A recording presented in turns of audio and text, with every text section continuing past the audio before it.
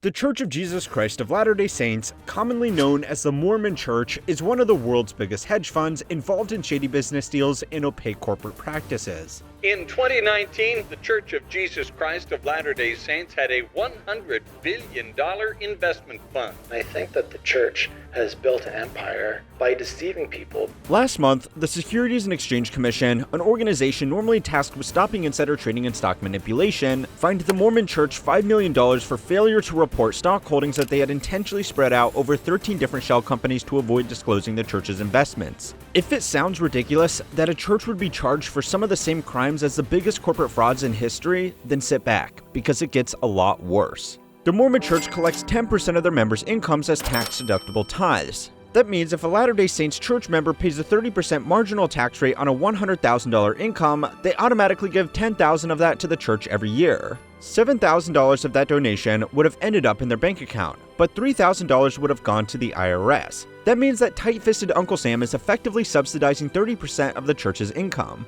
The church is not obligated to report how much it brings in every year, but a joint analysis conducted by Reuters and the University of Tampa sociologist Ryan Cragen estimates that the number is at least $7 billion annually in tithes and other donations made by their members. It's important to note that religions don't pay taxes not because they're charities, but because they're religions. So they have their own kind of code and classification by the IRS that makes it so they do not pay taxes. And it's not because they're charities, so that's an important distinction to make.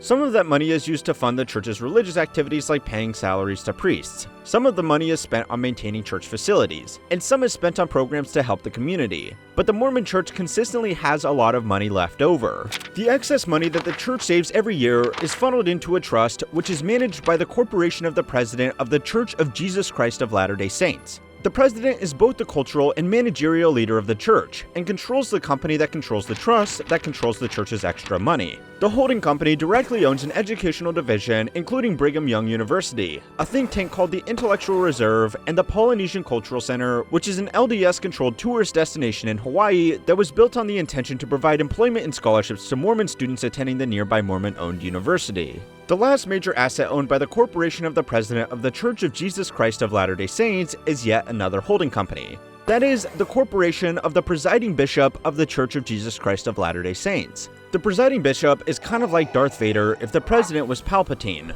both very powerful and wield immense authority in the church. But the bishop still answers to the president and is a little more hands-on in the day-to-day affairs of the church. The holding company, owned by a holding company, also owns another holding company called the Deseret Management Corporation, which is their private equity division. The Deseret Management Corporation owns several for-profit companies outright, including Beneficial Financial Group, which is an insurance, investment, and retirement services company, Bonneville International Corporation, which owns radio stations nationwide, and Utah Property Management Associates, which is a real estate company that manages apartments and commercial properties. Church members are encouraged to use the services of these companies, and that gives them a customer base of 16 million without having to pay a penny in advertising. The Bishop's holding company also owns agricultural reserves and farmlands, real estate holdings, suburban homes, and the land that the church's temples sit atop. Combined, all of the assets and companies listed so far are worth in excess of $100 billion. But all of this is still missing one important piece of the church's financial empire. There is an unassumingly named company called Ensign Peak Advisors, which is directly owned by the Bishop's holding company. This holding company manages more than $40 billion and is really one of the world's biggest hedge funds. It is also the center of the SEC's recent accusations. If you sell cheap sweaters like they do across the street at Forever 21, you pay taxes. But if you're selling the invisible product of eternal whatever, no taxes. So to recap, Forever 21, taxes. Forever 33, no taxes. So it's time to learn how money works to find out how the finances of mega churches really work. This week's lesson was made possible by Raycon. I've been doing a lot of traveling to see family and friends over the past couple of months, but I still need to stay up to speed on the latest episodes of Planet Money. The problem is that whether it's a plane, Uber, or train, it's always super noisy and hard to hear the podcast with my regular old earbuds. That was until I got my Raycons. With optimized gel tips for the perfect in-ear fit, these earbuds are so comfortable. And trust me when I say that they will not budge. Raycons come with noise isolation and awareness modes. Noise isolation allows me to block outside noise, and noise awareness lets me listen to my music or podcast while also letting me hear what's going on around me. They also offer 8 hours of playtime and 32 hours of battery life. They are priced just right, giving you the quality audio at half the price of other premium audio brands. Upgrade the way you listen to your favorite podcast or music by purchasing yourself a pair of Raycons. Click the link in the description box or go to buyraycon.com/HMW to get 15% off your Raycon purchase. Ensign Peak Advisors handled the church's investments into publicly listed securities, unlike Deseret Management Corporation, which handles all of the companies that the church owns outright. Ensign Peak Advisors' biggest equity investments are in Apple and Microsoft, but their $40 billion fund has positions in hundreds of companies and securities. The church's hedge fund got into trouble because 2 decades ago, it created 13 holding companies underneath the investing company, underneath the holding company, underneath the holding company, underneath the trust, underneath the church.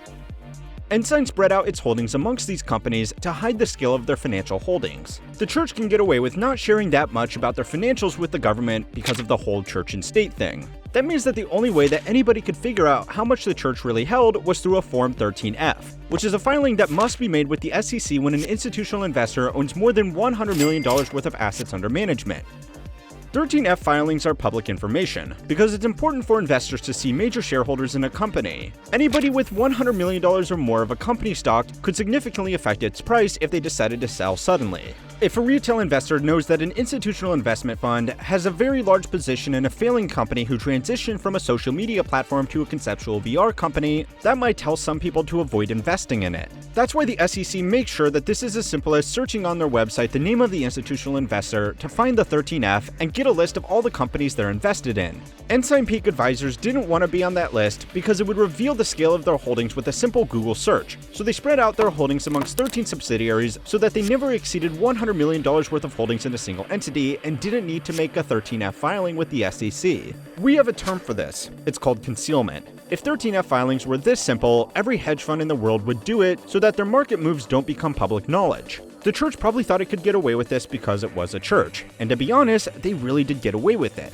So anything that a religious entity buys, whether it's a car, travel, anything like that, they pay no sales tax on that. The SEC fined Ensign Peak Advisors $4 million and the church itself $1 million.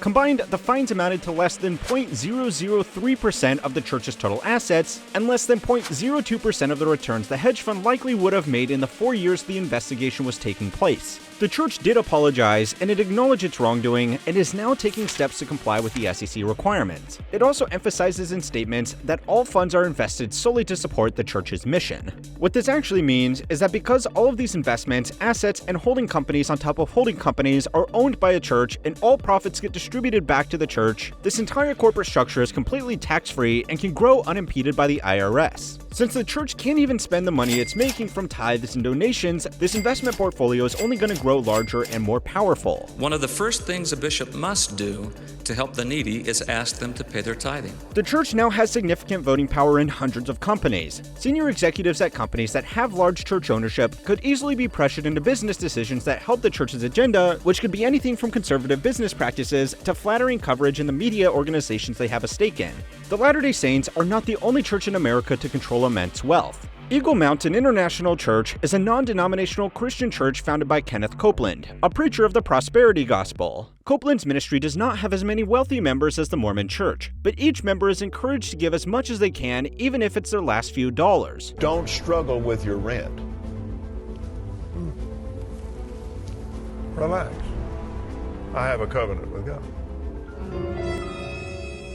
Eagle Mountain Church does not have a complex corporate structure like the Mormon Church either. It is run more like a family business for the Copelands. The church moved its headquarters in 1998 to a 33-acre estate that was an abandoned Marine Corps air station, which does sound like a weird place for a church, but it was really the airfield that the Copelands were interested in. The church restored the runway and turned it into the Kenneth Copeland Airport, where the church operates its 5 private jets. Again, getting back to the comment. You said that you don't like to fly commercial because you don't want to get into a tube with a bunch of demons. Do you really believe that human beings are demons? No, I do not. And don't you ever say I did. The estate also includes Copeland's $7 million home, which the church owns and gives to the family rent and tax-free as parsonage. If churches have such effective tools to build tax-free wealth, you might be wondering how you can start your very own. John Oliver of Last Week Tonight ran a segment on prosperity gospel churches, including Copeland's, that ended up in him creating his own church to get these sweet tax benefits. But most of all, praise be to the IRS, that most permissive of government agencies. This was just a comedy sketch, but it really is that easy, and people really do it. Not because we have to. We have still not broken any laws by promising you untold riches in return for sending us money. It's a miracle. It's a miracle. I never wanted to talk about the Kardashians on this channel, and I have avoided it for as long as possible. But the family's matriarch, Kris Jenner, is the co-founder of the California Community Church, an organization the prominent members of the family have gone on record stating that they give 10% of their income to every year. 10% of Kardashian money is more than enough to keep the lights on in a small local church. The California Community Church has been charged in the past with state tax violations, leading many to assume that the whole thing is just a convenient tax write-off for the wealthy family. Mel Brooks runs the nonprofit foundation A.P. Riley, which funds the Church of the Holy Family, which operates on a heavily guarded 17-acre estate in the Agora Hills of Los Angeles. Over the years, he has donated millions to the church, including, ironically, all of the earnings he has made from his film, The Passion of the Christ. Small churches like these are very hard to find information on, and the IRS deliberately does not ask too many questions. If you are starting to think that a career as a megachurch preacher sounds pretty financially rewarding and might be the right one for you, then you are also probably morally bankrupt enough to capitalize on America's worst drought to profit off water shortages. To find out how, go and watch my video on the evil business of water trading. A special thanks again to Raycon for making it possible for everybody to keep on learning how money works. What did it say, Majan? I'll tell you, Mwanda. It says the viewers at home must plant a seed. A seed! An almighty seed! Yes. Preferably in the form of cash, although we do take checks.